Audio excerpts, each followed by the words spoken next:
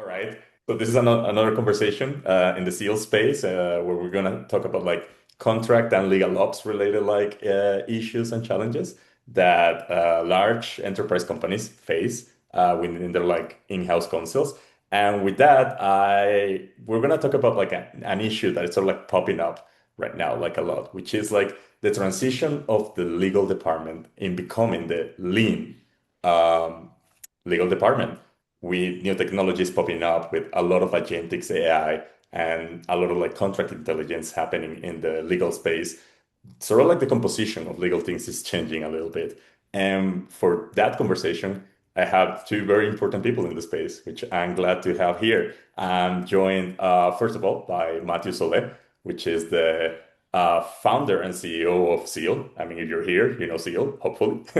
And but if you don't know Zeal, let me tell you a little bit about what we do. We do a lot of like contract intelligence and agentics AI for like in-house legal teams. Um, and it's sort of like the legal ops arms. It's the legal team behind your legal team. We provide the support through different types of tools so that things can be faster, done quicker, and in a more, you know, modern way. And on the legal side of things, I have Matthew Weaver here, who is the executive director of interim legal talent for North America and Mayor Lindsey in Africa. And if you're sort of like in staffing or are in that space, I don't think Major Lindsey in Africa requires an introduction. So it's really nice to have you here, Matt, with your expertise. So I'm gonna let you guys introduce yourself now in your own way a little bit. So why don't we start with you, Matt Weaver? Sure. Thank you. Thanks for having me. I appreciate it. As you shared, Matt Weaver of MLA's Interim Legal Talent Business. So, Global Executive Director for Client Development and Strategic Sales. And in my role, we interface with corporations of many sizes, Fortune 100s, Fortune 3000s, small, medium cap, and as well as the AMLA firms. And our focus within MLA is to continue with the brand, continue with the reputation of high quality customer service, and working with the greatest lawyers in the world. Again, on the law firm and the corporate side, but really offering a suite of service within my business line that assists with all matters related to interim placement. So interim counsel, compliance consultants, sophisticated paralegal work, and auditory work. And it's all interim based. So you can view this as kind of a stopgap between hires, lessening reliance on outside counsel, budgetary controls, expertise gaps, and of the like. Again, all within the family of operating units within MLA. That's really cool. And actually, sort of like how I go to this theme is because I was actually reading some of the stuff that Major Lindsay in Africa was putting out and talking about like this sort of like transition of the legal department and the needs of like different types of attorneys right now in the space. And I think that having you and your expertise here will like make this like a more clear for the different types of things and people. And also, now that you introduce yourself, I would like to our own Matt from our own team introduce himself. I don't know if it was a coincidence or we did it on purpose that we got two Matts in the room today. But Matt Weaver and I share a similar background. I stem from the technology industry, both in education and in practice, and then I moved into managed services within the similar fields that Matt Weaver works in. And while there, I found an opportunity to automate through AI back in the COVID era, like COVID era. So back in 2019, 2020, when we started to introduce artificial narrow intelligence into more sophisticated workflows.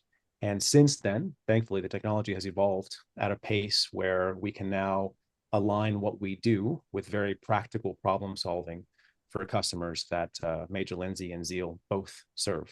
So today, I think my perspective is largely going to come from where we see technologies like ours, not only ours, helping larger corporations and middle enterprise move into a faster, more efficient, somewhat more data responsible posture in 2026. Nice, awesome. And I guess that to start this conversation, the most obvious question that I can come up with right now is like, is this actually true? Is technology, AI, and agentic AI changing the composition of the legal team? So And for that, I'm gonna start with you, Matt Weaver. What do you think? Yeah. No, it absolutely is. And I think, it depends on what you're reading and where you're reading it. And in some ways, there's over promising. And in some ways, I think there's still development. There's a lot of legal departments and general counsels that are in incubation phase, and they've kind of taken a look at aspects of their legal department that might be, more transactional, more rote, more day to day, less value. And they're funneling a lot of that stuff Yeah. into legal tech, AI, and anything from a CLM perspective that allows them to understand, how can they structurally change based on what technology can do and the expertise of their teams. But we're seeing a lot of requests from our legal operations clients and general counsel clients asking us to find talent that can complement tech. And in many ways, the talent needs to understand the tools and the capabilities of tech before they can actually start with any of that shifting and restructuring within the department. So you're definitely reading it accurately. Again, sometimes it's overblown, sometimes it's accurate, but in the least, it's certainly a topic. Right, no, for sure. I guess like Yeah. the truth of how like it is for real is like in between there, maybe not overblown, maybe not happening. But what do you think, our own Matt, Matt, about that? Is So technology changing? it's so we've done enough deployments to know to have seen the difference between early commercial models of AI and truly automated workflow and what we're dealing with today in June. And while the tech has become more sophisticated, I don't see an immediate replacement of legal teams by any means. In fact, what we see now is a greater demand for legal teams that have a more technology and operations background. So, for example, a lot of these larger corporations, they're taking the AI infrastructure and taking it in-house. This is a big move for them to control their data. So I'm sure Matt and I are talking to similar customers who say, we want to own the vector store. We don't want that information to be sitting on a third-party site. Although we'll use third parties to do, data intelligence, the information itself we want to sit within our walls, and that requires a different kind of legal tech leader. It requires someone who is capable of improving the intelligence, working with the models, vetting vendors, understanding the responsibilities of modern contract language and how they cite how data is used in AI.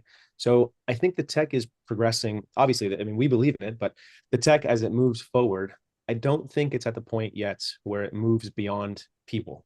I can see how it somewhat stunts the demand for certain types of profiles, but so far what we're witnessing is that people are shepherding this in and then also partnering with the technology to kind of lead a more modern in-house legal team.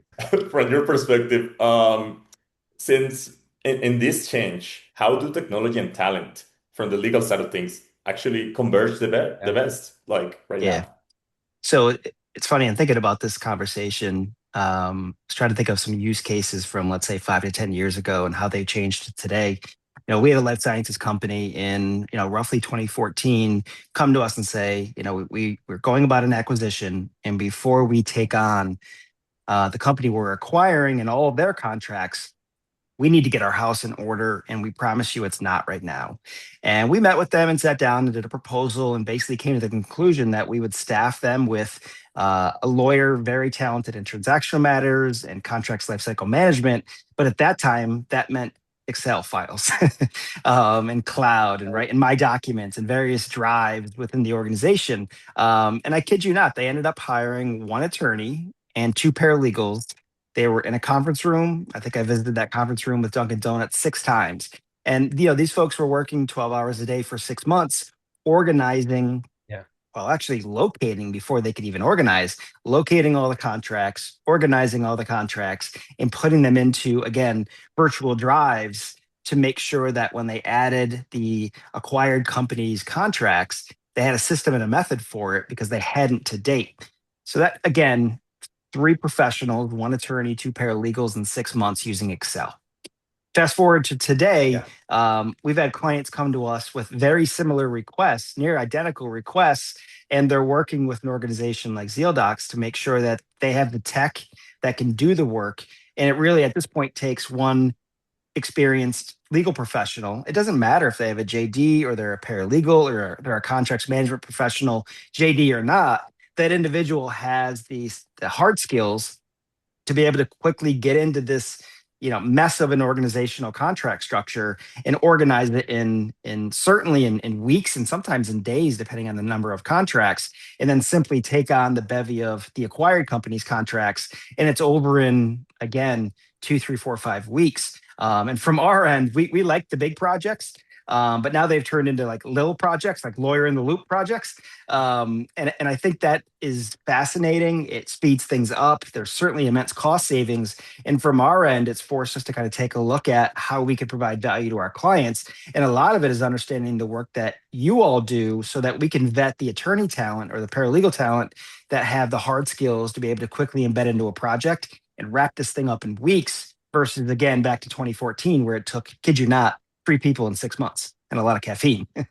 Yeah, I can see that. Now, Matt, from your perspective, though, like, does this corroborate with the technological needs that like in-house counsel teams have? Like, what is the challenge that we see the most when we like approach like one of those teams? To piggyback on what Matt we were saying, yeah, I remember those days. I really do. And I see the change and the shift in expectation now. So I think one of the challenges that we have is that consumer expectations for how technology interacts with you has overtaken business expectations. I'm not embarrassed to say it. Our tool, 90% of the users don't actually use our tool. It sits in the background and they interact with Zoom or Teams, or they're integrating from Salesforce or Bullhorn, and the data that the tool is actually providing and the workflows that it's using or creating have nothing to do with the user interface. So constantly matching that consumer expectation for how you touch tech is probably one of the biggest challenges that we face. Not necessarily being a background tool, but in that example where the task took 6 months and now it takes a few weeks. I mean, we definitely see that. But the funny thing is, as agentics has been introduced, people are expecting the work to become easier. So they're offloading more of the work to these agents, and they want to be doing it with less and less control. So they're texting the agents over Teams or over Zoom in order to take on a workflow, emailing them tasks, expecting counterparty participation. So yeah, so that the way that we're working with the technology has definitely shifted in kind of a fun and interesting way. If we can be successful at that, I think we make a big impact. Nice. And now that you talk about it, and like we are seeing this transformation happening at the moment, and I think that it's easy to speculate like in the future, but it's also fun.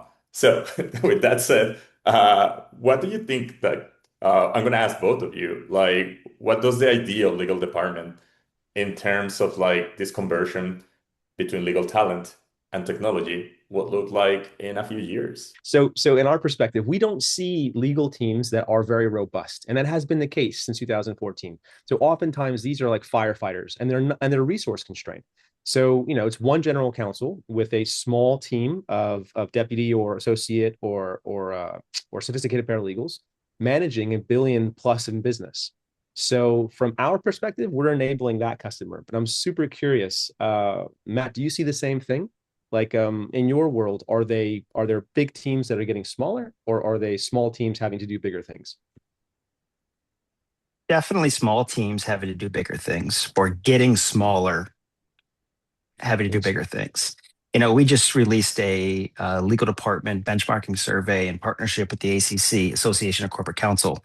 And one of the more significant data points was that spend is down, and there's various reasons why. Maybe they're finding more cost-effective vendors and they're not going to the high-priced law firms, or they're doing regional work, they're bringing in interim counsel. But ultimately, yes, I think the headline here is that legal departments are asked to do more with the same or less.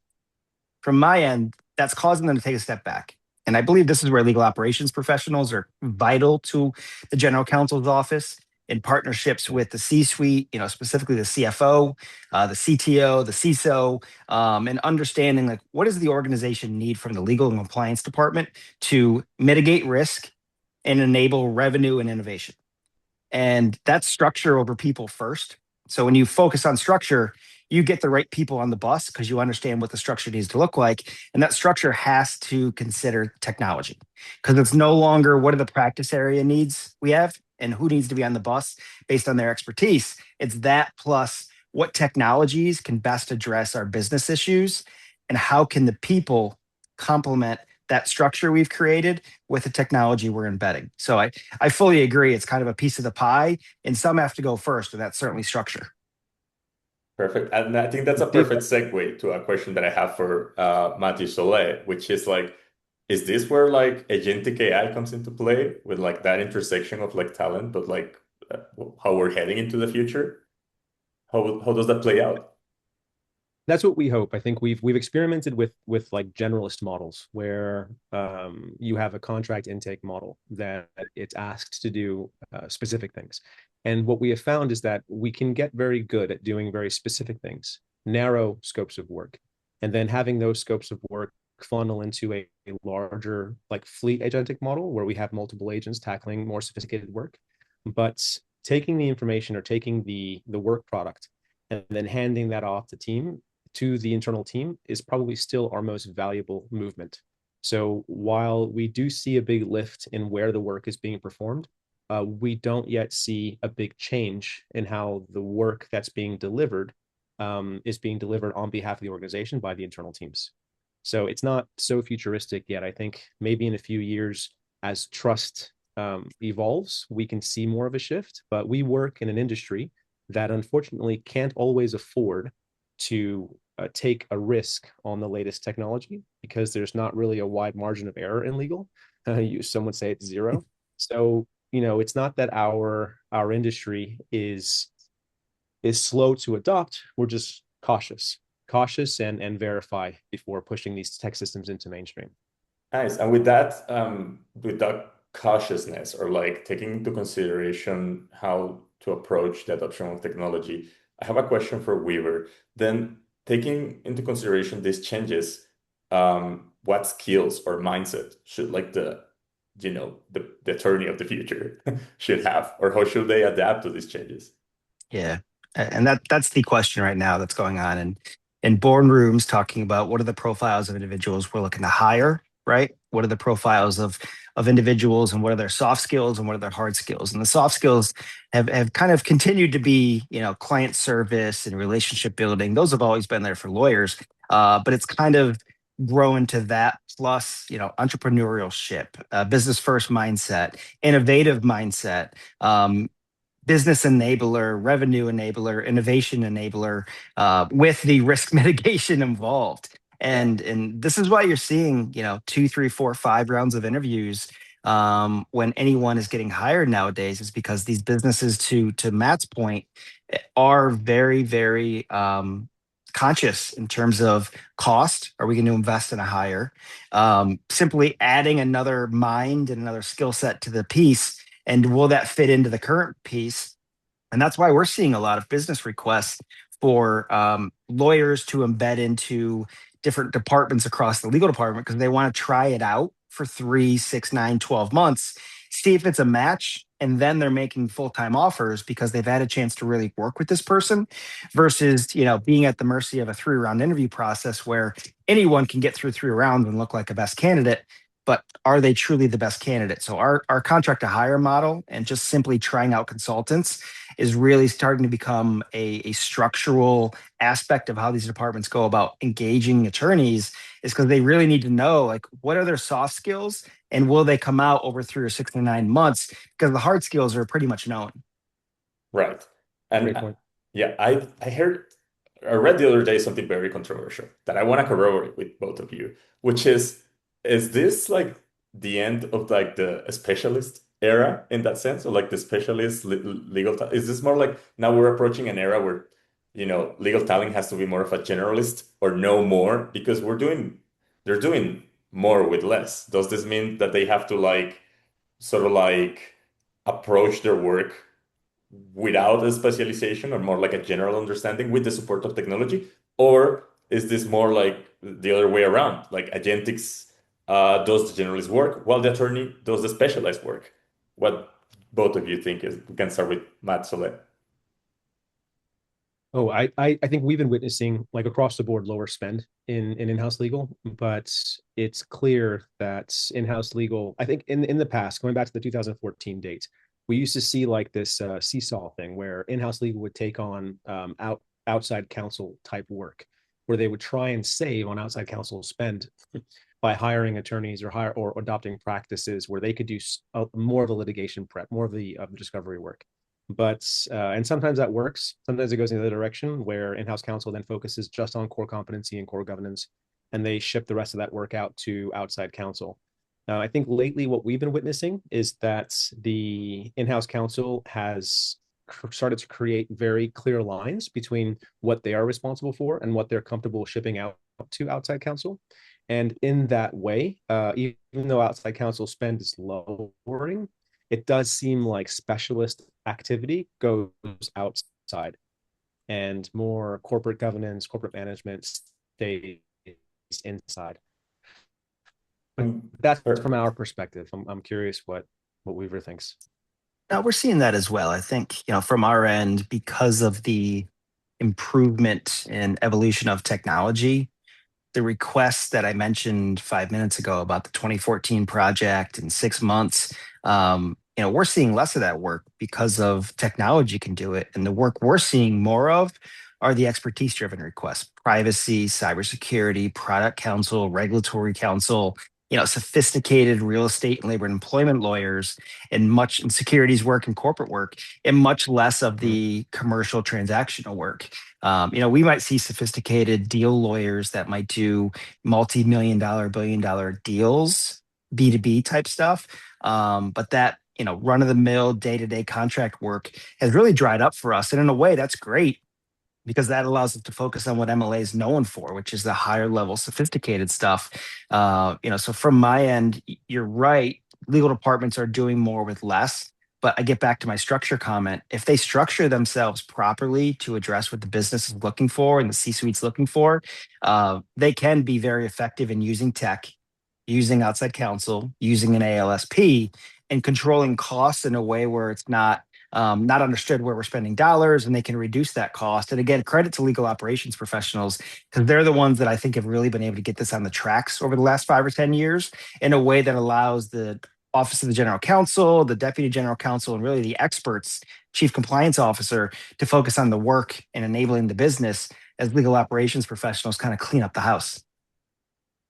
Perfect. And I think I would like to have like one final question in regards to sort of like what the legal teams and both and also to Matt Soler, like what technology, like that conversion, what can they do right now in a practical sense, or like one thing that they could do to like sort of like put the needle forward towards adapting to those changes, or like what is it? I guess you were talking, we were about like the restructuring, but like in practice, is there like any one thing that they could do first to sort of like push forward towards that?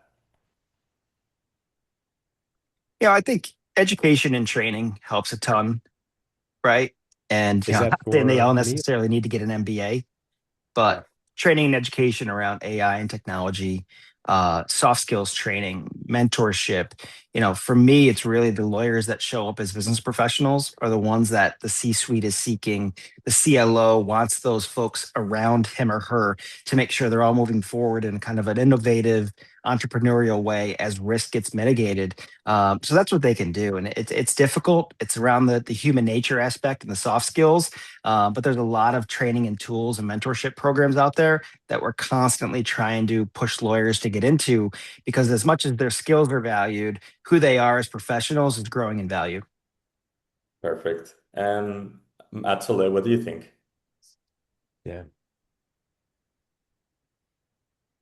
Our customers are very concerned with their customers. So the legal teams that we work with, they have sales, operations, procurement, recruiting. Those are their customers. So what they should do to kind of move the needle on improving operations, what we've seen is that they're getting very good. Our customers are getting very good at tiering complexity. So they understand that lower complexity tasks, lower complexity workflows can be automated so that they can focus upstream on the things that have a greater impact. The more time they spend doing that, it seems like the happier their customers are. And that seems to be one of the biggest requirements for how they're measured in terms of success and effectiveness.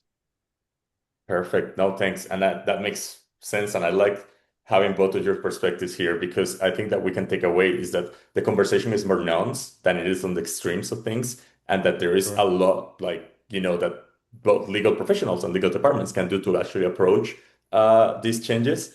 And it has been lovely to have this conversation with you guys. We're running out of time. So I want to thank both of you for actually being here and talking to me about these things. But you, Matt Weaver, it's really nice to have your expertise. And Matthew Solé, well, I see you every day, but it's also nice to hear your perspective on this. And Okay. yeah, no, just to finish things up, I'm David Martinez. I am the content specialist at Zeal. And it's great to have you both here. And thank you. Thank you, David. Thanks, Matt. Thank you, guys. All right. Thank you, Matt. Bye.